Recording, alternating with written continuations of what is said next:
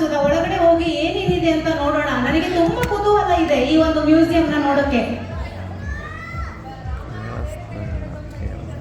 ಕನ್ನಡದ ನಾಗಚಂದ್ರನ ರಾಮಾಯಣದ ಬಗ್ಗೆ ಮಾಹಿತಿ ಹಾಕಿದ್ದಾರೆ. ಹೌದಲ್ಲ ಸುಧಾ, ಮುಂಬೈ ಅಂತ ಶಹರದಲ್ಲಿ ಕನ್ನಡದ ರಾಮಾಯಣವನ್ನ ನೋಡಿ ನನಗೆ ತುಂಬಾನೇ ಹೆಮ್ಮೆ ಆಗ್ತಾ ಇದೆ. ಹೌದಲ್ವಾ, ನಿಮ್ಮೂ ಹಾಗೆ ಆಗತ್ತಲ್ವಾ? ಹೌದು. ನನಗಂತೂ ಎಲ್ಲಾದ್ರೂ ಕನ್ನಡ ಕೇಳಿದ್ರೆ ಕಿವಿ ತಂಪಾಗುತ್ತೆ. ಕನ್ನಡದವ್ರನ್ನೆಲ್ಲ ನೋಡಿದ್ರೆ ಎಲ್ಲರೂ ನನ್ನವರು ಅಂತ ಅನ್ಸ್ಬಿಡುತ್ತೆ.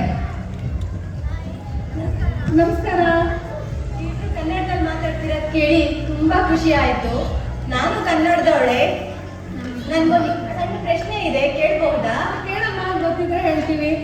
ಅಲ್ಲಿ ನೋಡಿ, ನಾಗಚಂದ್ರ ಮತ್ತೆ ಅಭಿನವ ಪಂಪ ಅಂತ ಬರ್ದಿದ್ದಾರೆ. ಸಣ್ಣ ಕನ್ಫ್ಯೂಷನ್, ಪಂಪ ಮತ್ತೆ ನಾಗಚಂದ್ರ ಇಬ್ರು ಒಬ್ರೇನಾ? ನಿಮ್ ಗಮನಿಸೋ ಸಾಮರ್ಥ್ಯ ತುಂಬಾ ಚೆನ್ನಾಗಿದೆ ಅಲ್ವಾ? ಅಲ್ಲದೆ ಅವ್ರ ಕನ್ನಡ ಅಭಿಮಾನ ನೋಡಿ, ಎಷ್ಟು ಅಭಿಮಾನ ಇದೆ. ಅಲ್ಲಿ ಕಾಲಾವಧಿ ಗಮನಿಸು ರಮ್ಯಾ. ಅಭಿನವ ಪಂಪ 12ನೇ ಶತಮಾನ ಅಂತ ಇದೆ. ಆದಿಕವಿ ಪಂಪನ ಕಾಲಮಾನ ಏನಾದ್ರು ಗೊತ್ತಾ ನಿಂಗೆ?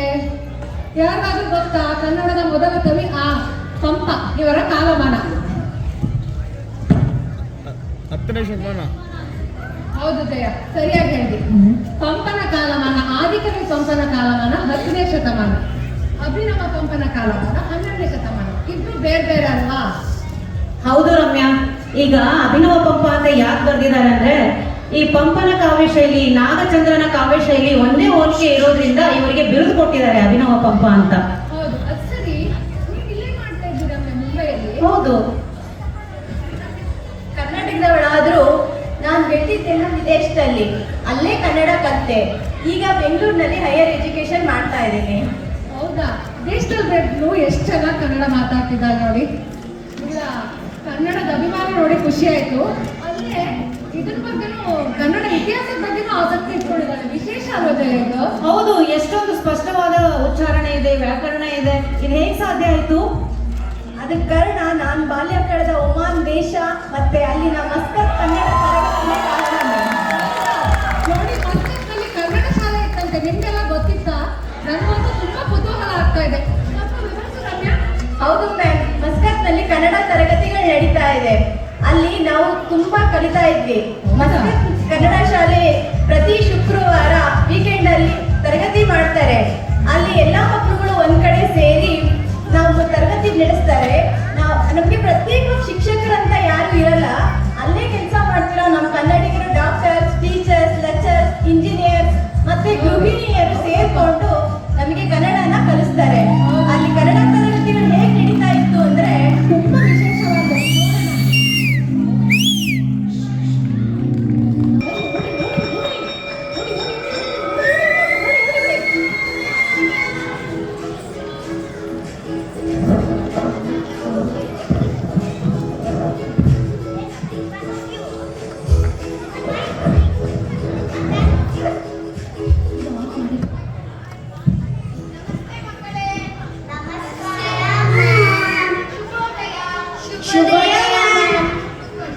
ನಾವು ಈಗಾಗಲೇ ಕಲಿತಿರುವ ಭೂತದ ಆಟ ಪದ್ಯವನ್ನ ಹೇಳಿ ನೋಡೋಣ. ಒಂದು ಎರಡು ಬಾಳೆಲೆ ಹರಡು, ಮೂರು ನಾಲ್ಕು ಅನ್ನ ಹಾಕು, ಐದು ಆರು ಬೇಳೆ ಸಾರು, ಏಳು ಎಂಟು ಪಲ್ಯಕ್ಕೆ ಗಂಟು, ಒಂಬತ್ತು ಹತ್ತು ಎಲೆ ಮುಗಿರೆತ್ತು, ಒಂದರಿಂದ 10 ಹೀಗಿತ್ತು. ಊಟದ ಆಟವು ಮುಗಿದಿತ್ತು.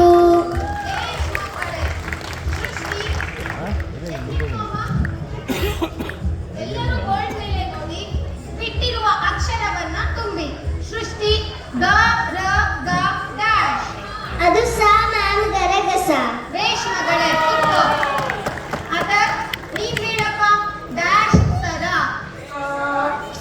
ಯಾರು ಹೇಳ್ಕೊಡೋ ಹಾಗಿಲ್ಲ.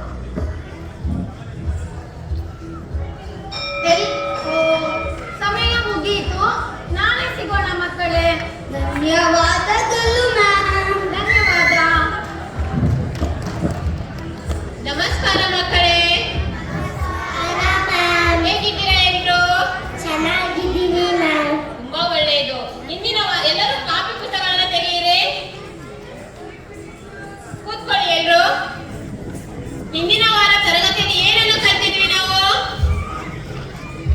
ಗುಣಿತಾಕ್ಷರ ಕಲ್ತಿದ್ವಿ ಅಲ್ವಾ? ಜಾಗ್ವಿ ಕ ಗುಣಿತಾಕ್ಷರ ಹೇಳಮ್ಮ. ಒಂದ್ ನಿಮಿಷ ಜಾಗ್ವಿ, ಸ್ವರ ಚಿಹ್ನೆಯೊಂದಿಗೆ ಹೇಳಮ್ಮ.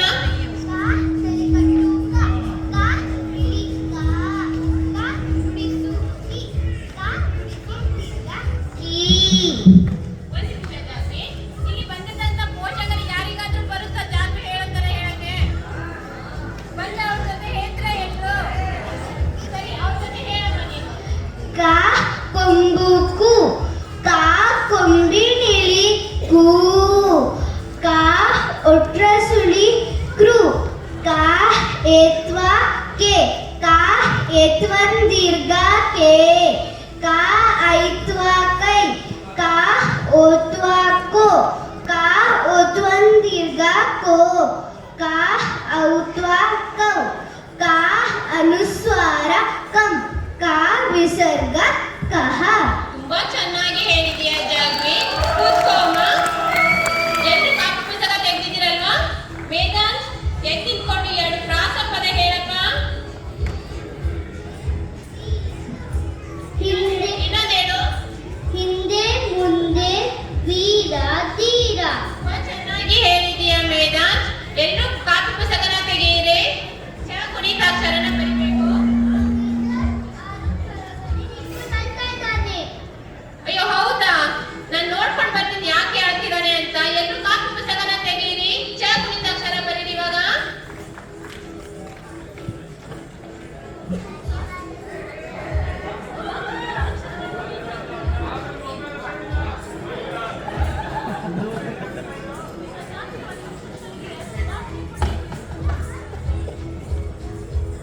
ಮಕ್ಕಳೇ, ಸಜಾತಿಯ ಒತ್ತಕ್ಷರಗಳಿಗೆ ಎರಡು ಉದಾಹರಣೆ ಕೊಡಿ. ಆದಿತ್ಯ, ಮ್ಯಾಮ್ ನಾನು ಹೇಳ್ತೀನಿ. ಬಣ್ಣ ಕಣ್ಣು. Very good. ವಿಜಾತಿಯ ಒತ್ತಕ್ಷರಗಳಿಗೆ ಎರಡು ಉದಾಹರಣೆ ಕೊಡಿ. ಮ್ಯಾಮ್ ನಾನು ಹೇಳ್ತೀನಿ. ಉಜ್ವಲ ಮತ್ತೆ ಆದಿತ್ಯ. ಏಯ್ ನನ್ನ ಹೆಸರು ಕೇಳ್ತಿದ್ಯಾ? ಮತ್ತೆ ಯಾವುದು ಆದಿತ್ಯದಲ್ಲಿ ಒತ್ತಕ್ಷರ ಇದೆ ಅಲ್ವಾ? ಹೌದು ಮ್ಯಾಮ್. ಮತ್ತೆ ಕರೆಕ್ಟ್ ಆಗಿ ಹೇಳಿದಾಳ ಅವಳು. ಯಾವುದು ಜಾತಿ ಒತ್ತಕ್ಷರ ಇದು? ವಿಜಾತಿಯ ಒತ್ತಕ್ಷರ ಮ್ಯಾಮ್. Very good. ಇಬ್ರು ಸೇರಿ ಈಗ ಕನ್ನಡ ಪದ್ಯ ಹೇಳಿ ನೋಡೋಣ. ಕೂಸು ಇದ್ದ ಮನೆಗೆ ಬೀಸಣಿಗೆಯಾದಾಗ ಕೂಸು ಕಂದಯ್ಯ ಒಳಹೊರಗ ಆಡಿದರ, ಕೂಸು ಕಂದಯ್ಯ ಒಳಹೊರಗ ಆಡಿದರ ಬೀಸಣಿಗೆ ಗಾಳಿ ಸುರಿದಾವ, ಬೀಸಣಿಗೆ ಗಾಳಿ ಸುರಿದಾವ. ಆಡಿಯ ನನಗಂತ ಅಂಗಾಲ ತೊಳೆದೇನ ತೆಂಗಿನ ಕಾಯಿ ತಿಳಿ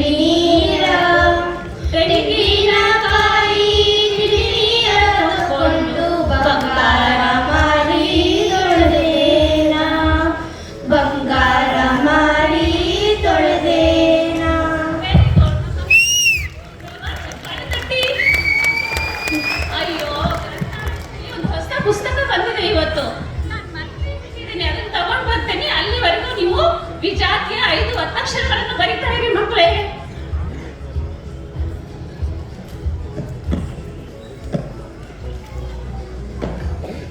ಕೌರವರಿಗೂ ಪಾಂಡವರಿಗೂ ಕುರುಕ್ಷೇತ್ರದಲ್ಲಿ ಘನಘೋರ ಸಂಗ್ರಾಮ ನಡೆಯುತ್ತಿತ್ತು. ಚಕ್ರವ್ಯೂಹವನ್ನು ರಚಿಸಿದರು. ಕೃಷ್ಣ, ಬಲರಾಮ ಮತ್ತು ಅರ್ಜುನನ್ನು ಬಿಟ್ಟರೆ ಚಕ್ರವ್ಯೂಹವನ್ನು ಭೇದಿಸುವ ವಿದ್ಯೆ ಉಳಿದ ಪಾಂಡವರಾರಿಗೂ ಗೊತ್ತಿರಲಿಲ್ಲ. ಇದರಿಂದ ಭೀಮಸೇನ ಮತ್ತು ಧರ್ಮರಾಯ ಚಿಂತಾಕ್ರಾಂತರಾಗಿದ್ದರು. ಚೆನ್ನಾಗಿ ಓದ್ತಾ ಇರುತ್ವಿ. ಬರೀ ಪಾಠ ಓದಿದ್ರೆ ಸಾಲದು. ಒಂದು ಸ್ವಂತ ವಾಕ್ಯ ಹೇಳ್ತೀಯಾ? ಶಾಲೆ ಪದ ಬಳಸಿ ಒಂದು ಸ್ವಂತ ವಾಕ್ಯ ಹೇಳಪ್ಪ. ನಾನು ಪ್ರತಿ ಶುಕ್ರವಾರ ಕನ್ನಡ ಶಾಲೆಗೆ ಹೋಗುತ್ತೇನೆ. ಎಷ್ಟು ಚೆನ್ನಾಗಿ ಹೇಳ್ತಾ ಇರುತ್ವಿ. ಇಲ್ಲಿರೋ ಮಕ್ಕಳೆಲ್ಲ ಕನ್ನಡ ಶಾಲೆಗೆ ಹೋಗ್ತಾ ಇದ್ದೀರಾ? ಯಾರು ಹೋಗ್ತಾ ಇದ್ದೀರಾ? ಕೈ ಎತ್ತಿ ಮೇಲೆ ನೋಡಿ. ಇನ್ನ ಎಷ್ಟೊಂದು ಜನ ಸೇರ್ಕೊಂಡಿಲ್ಲ. ಎಲ್ಲರೂ ಬೇಗ ಸೇರ್ಕೊಳ್ಳಿ ಮತ್ತೆ ಕನ್ನಡ ಶಾಲೆಗೆ. ನೀನು ಹಬ್ಬ ಪದ ಬಳಸಿ ಒಂದು ಸ್ವಂತ ವಾಕ್ಯ ಹೇಳಮ್ಮ. ನಾವು ಇಂದು ಯುಗಾದಿ ಹಬ್ಬವನ್ನು ಆಚರಿಸುತ್ತಿದ್ದೇವೆ. ಚೆನ್ನಾಗಿ ಹೇಳ್ತಿರುತ್ವಿ. ನೋಡಿ, ನನ್ನ ಕನ್ನಡ ಶಾಲೆ ಮಕ್ಕಳೆಲ್ಲ ಎಷ್ಟು ಜಾಣರಾಗಿದ್ದಾರೆ. ಅವರು ತಾವು ಕಲ್ತಿದ್ದಲ್ಲ, ನಾವು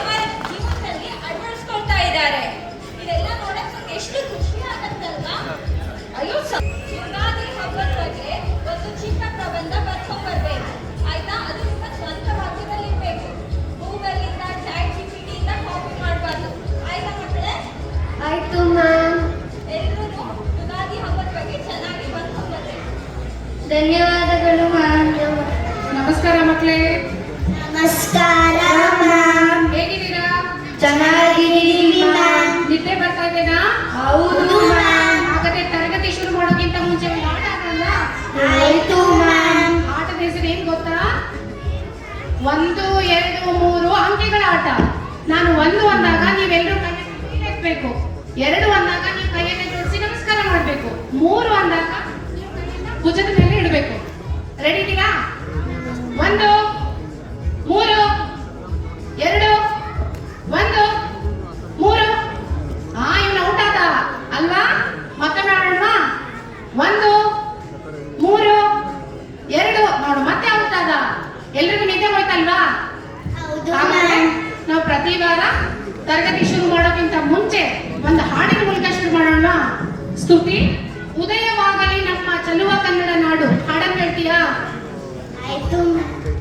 ಉದಯವಾಗಲಿ ನಮ್ಮ ಚೆಲುವ ಕನ್ನಡ ನಾಡು, ಬದುಕು ಬಲುಹಿನ ನಿಧಿಯು ಸದಭಿಮಾನದ ಗೂಡು. ಉದಯವಾಗಲಿ ನಮ್ಮ ಚೆಲುವ ಕನ್ನಡ ನಾಡು. ತುಂಬಾ ಚೆನ್ನಾಗಿ ಹಾಡ್ತೀಯ ಸ್ತುತಿ. ಇದರ ಅರ್ಥ ಗೊತ್ತಿದೆನಾ? ಇಲ್ಲ ಮ್ಯಾಮ್. ಇಲ್ವಾ? ಇದು ನಮ್ಮ ಕನ್ನಡ ನಾಡು ಹೇಗೆ ಉದಯ ಆಯ್ತು ಅಂತ ಹೇಳಿದ್ದಾರೆ. ಅದಕ್ಕೆ ಹೇಳೋದು ಹಾಡು ಹಾಡೋಕ್ಕಿಂತ ಮುಂಚೆ ಅರ್ಥ ಮಾಡ್ಕೊಂಡು ಹಾಡ್ಬೇಕಂತ. ನಿಮ್ಗೆಲ್ಲ ಒಂದು ಭಾಷಾಂತರ ಕೊಟ್ಟಿದ್ದೆ ಕೊನೆ ವಾರ, ಎಲ್ಲರೂ ಮಾಡಿದೀರಾ? ಯಾರ್ಯಾರು ಮಾಡಿದಾರ ಕೈ ಎತ್ತಿ. ನಾನು ಓದ್ಲಮ್ಮ. ಓದು Havish. Rama goes to school every day of the week. He has many subjects to learn each day. His first class is English. His English teacher said that he is a good pupil. Mathematics, science and social studies are some of his subjects. Kannada ಭಾಷಾಂತರ. ರಾಮ ವಾರದ ಎಲ್ಲ ದಿನ ಶಾಲೆಗೆ ಹೋಗುತ್ತಾನೆ.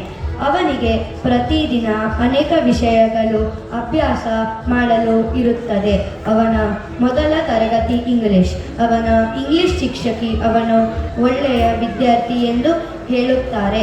ಗಣಿತ, ವಿಜ್ಞಾನ ಮತ್ತು ಸಮಾಜಶಾಸ್ತ್ರ ಅವನು ಕಲಿಯುವ ಇತರ ವಿಷಯಗಳು. ಅದ್ಭುತ ಹವೀಶ್, ನಿನ್ನ ಭಾಷಾಂತರ ತುಂಬಾ ನಿಖರವಾಗಿದೆ. ನೀನು ಗೂಗಲ್ ಟ್ರಾನ್ಸ್ಲೇಷನ್ ಮಾಡಿದ್ಯಾ ಅಥವಾ ನೀನೇ ಸ್ವಂತ ಮಾಡಿದ್ದ? ನಾನೇ ಮಾಡಿದ್ದು ಮ್ಯಾಮ್. ಹೌದಾ? ಚೆನ್ನಾಗಿ ಮಾಡಿದ್ಯಾ. ಕುತ್ಕೋ. ನಿಮ್ಗೆಲ್ಲ ಇದೇ ರೀತಿ ಭಾಷಾಂತರ ಮಾಡ್ಲಿಕ್ಕೆ ಒಂದು ಕಥೆಯನ್ನು ಕೊಡ್ತೇನೆ. ಮನೆಗೆ ಹೋಗಿ ಪ್ರಯತ್ನ ಮಾಡ್ತೀರಾ? ಹಾಗಾದ್ರೆ ಈಗ ಶಾಲೆಯ ಸಮಯ ಮುಗ್ತಾ ಬರ್ತಾ ಇದೆ. ಎಲ್ಲರೂ ನಿಮ್ ಬ್ಯಾಗ್ ಅನ್ನು ಪ್ಯಾಕ್ ಮಾಡ್ಕೊಳ್ತೀರಾ? ಹವೀಶ್, ಬಾಟ್ಲ್ ಹಾಗೆ ಇದೆ ನೋಡು. ಆದಿತ್ಯ, ನಿನ್ ಬುಕ್ ಅನ್ನ ಸರಿಯಾಗಿ ಇಟ್ಕೋಬೇಕು. ಓಕೆನಾ? ಹೋಗೋಣ ಹಾಗಾದ್ರೆ. ಮತ್ತೆ ಸಿಗೋಣ.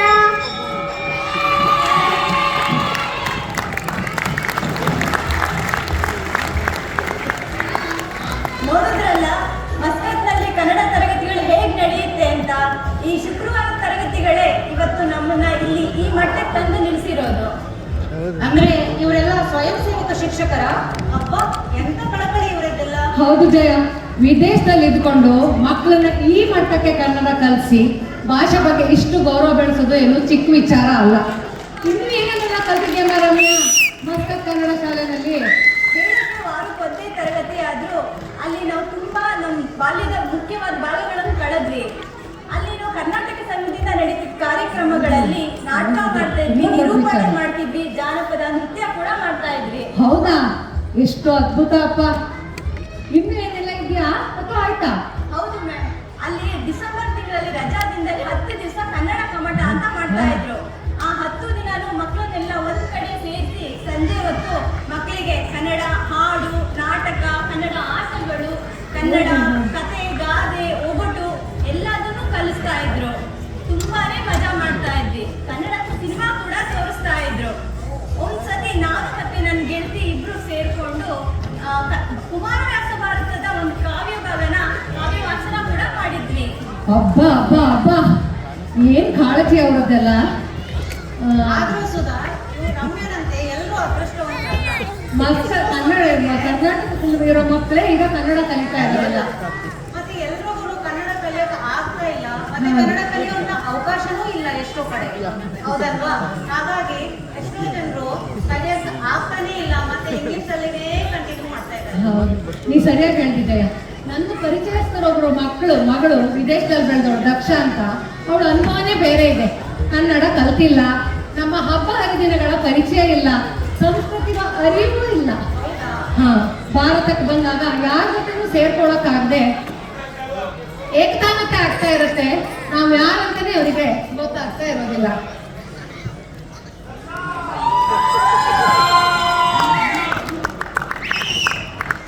Oh my god, this is such a big program.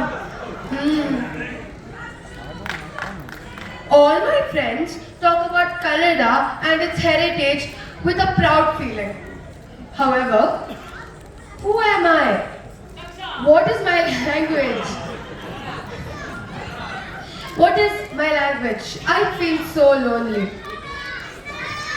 ಇವತ್ತು ನನ್ನ ಎಲ್ಲ ಸ್ನೇಹಿತರು ಕನ್ನಡ ಶಾಲೆಯಿಂದ ನಾಟಕದಲ್ಲಿ ಪಾರ್ಟಿಸಿಪೇಟ್ ಮಾಡುತ್ತಿದ್ದಾರೆ. I don't know Kannada but I will learn. ನಾನು ತಪ್ಪದೆ ಪ್ರತಿ ಫ್ರೈಡೆ ಕನ್ನಡ ಶಾಲೆಗೆ ಹೋಗುತ್ತೇನೆ ಮತ್ತೆ ಅವರ ಹತ್ರ ಕನ್ನಡ ಕಲಿತೇನೆ ಮತ್ತು ನಮ್ಮ ಸಂಸ್ಕೃತಿನ ಪಾಲಿಸ್ತೇನೆ. ನೋಡಿದ್ರ ಮಕ್ಕಳಿಗೆ ನಾವು ಕನ್ನಡ ಕಲಿಸದೇ ಇದ್ರೆ ಎಷ್ಟು ಕಷ್ಟಪಡ್ತಾರೆ. ಅವರ ಅಸ್ತಿತ್ವನೇ ಗುರುತಿಸಿಕೊಳ್ಳೋದಕ್ಕಾಗದೆ ನಾವು ಯಾರಂತ ಪ್ರಶ್ನೆ ಕೇಳ್ಕೋಬೇಕಾಗತ್ತೆ. ಅದಕ್ಕೆ ಅಲ್ವಾ ಜಯ ನಾವು ನಮ್ಮ ಭಾಷೆ ಕಲಿಸ್ಬೇಕಂತ ಹೇಳೋದು. ಅದಕ್ಕೆ ಹೇಳೋದು ಸುಧಾ, ಎಲ್ಲರೂ ಕನ್ನಡ ಕಲಿಯಿರಿ, ಕನ್ನಡ ಶಾಲೆಗೆ ಬನ್ನಿ ಅಂತ ಹೇಳಿ. ಸಂಸ್ಕೃತಿಯ ಸಂಪರ್ಕನೇ ಇರಲಿಲ್ಲ ಅಂದ್ರೆ ಮಕ್ಕಳು ತಮ್ಮತನನೇ ಕಳ್ಕೊಂಡ್ಬಿಡ್ತಾರೆ. ದಕ್ಷಿಣ ಅಂತ ಎಷ್ಟೋ ಮಕ್ಕಳು ಕನ್ನಡ ಕಲಿಯೋದಕ್ಕೆ ಆಸಕ್ತಿನೇ ತೋರಿಸಲ್ಲ. ನಮ್ಮ ಪೋಷಕರು ಚಿಕ್ಕ ವಯಸ್ಸಲ್ಲೇ ಮಕ್ಕಳನ್ನ ಕನ್ನಡ ತರಗತಿಗಳಿಗೆ ಸೇರಿಸಿ ಕನ್ನಡ ಕಲಿಸಿದ್ರೆ ಮುಂದೆ ಕರ್ನಾಟಕಕ್ಕೆ ಹೋದಾಗ ಅವ್ರಿಗೆ ತುಂಬಾ ಅನುಕೂಲ ಆಗುತ್ತೆ. ಹೇಗೆ ಅಂದ್ರೆ ನಾವೀಗ ಡಾಕ್ಟರ್, ಇಂಜಿನಿಯರ್, IAS ಏನೇ ಓದಬೇಕು ಅಂದ್ರೂ ಎಂಟ್ರೆನ್ಸ್ ಎಕ್ಸಾಮ್ ಬರೀಬೇಕು. ಆ ಪರೀಕ್ಷೆಯಲ್ಲಿ ಕನ್ನಡ ಒಂದು ಕಡ್ಡಾಯವಾದ ಪೇಪರ್ ಇರುತ್ತೆ. ಹೌದು, ಅದನ್ನ ನಾವು ಚೆನ್ನಾಗಿ ಬರೀಬೇಕು ಅಂತ ಅಂದ್ರೆ ನಾವು ಚಿಕ್ಕ ವಯಸ್ಸಲ್ಲಿ ಕನ್ನಡ ಕಲ್ತಿದ್ರೆ ತುಂಬಾ ಈಸಿ ಆಗುತ್ತೆ. ಸರಿ ಹೇಳಿ. ನಾನು ಮುಂಚೆನೆ ಕಲ್ತೋಗಿದ್ರಿಂದ ನನಗದು ತುಂಬಾನೇ ಅನುಕೂಲ ಆಯ್ತು. ಹೌದು ರಮ್ಯ, ಸರಿಯಾಗಿ ಹೇಳಿ.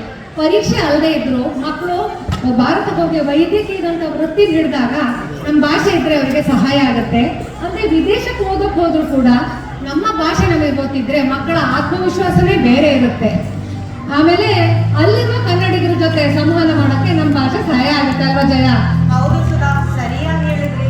ಈಗ ನೋಡಿ, ಎಷ್ಟೋ ಮಕ್ಕಳು ಇಲ್ಲಿ ಕೂಡ ಬಂದಿದ್ದಾರೆ. ಎಲ್ಲರೂ ಕನ್ನಡ ಕಲಿಬೇಕು ಅಂತ ಎಷ್ಟೊಂದು ಈ ಕನ್ನಡ ಶಾಲೆಯ ಬಗ್ಗೆ ಎಲ್ಲವನ್ನು ನೋಡಿ ತಿಳ್ಕೊಂಡು ಆಮೇಲೆ ನಮಗೆ ಬಂದು ಭೇಟಿ ಆಗ್ತಾರೆ ಅಂತ ನಾನು ಅನ್ಕೊಂಡಿದ್ದೀನಿ.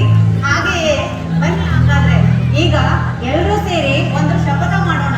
ಕನ್ನಡವನ್ನ ಮಾತ್ರ, ನಮ್ಮ ಮಾತೃಭಾಷೆಯನ್ನ ಮಾತ್ರ ಎಂದಿಗೂ ಮರೆಯಲೇಬಾರದು. ಹೌದು ಜಯ, ಆದಷ್ಟು ಕನ್ನಡ ಮಾತಾಡೋಣ, ಕನ್ನಡ ಕಲಿಯೋಣ. ನಮ್ಮ ಭಾಷೆ ಉಳಿದ್ರೆ ನಮ್ಮ ಸಂಸ್ಕೃತಿ ಉಳಿಯುತ್ತೆ ಅಲ್ವಾ ರಮ್ಯಾ? ಬನ್ನಿ ಮಕ್ಕಳೇ, ಎಲ್ಲರೂ ಸೇರಿ ಶಪಥ ಮಾಡೋಣ. ಹಾಗಾದ್ರೆ ಎಲ್ಲಾದರೂ ಇರು, ಎಂದಾದರೂ ಇರು, ಎಂದ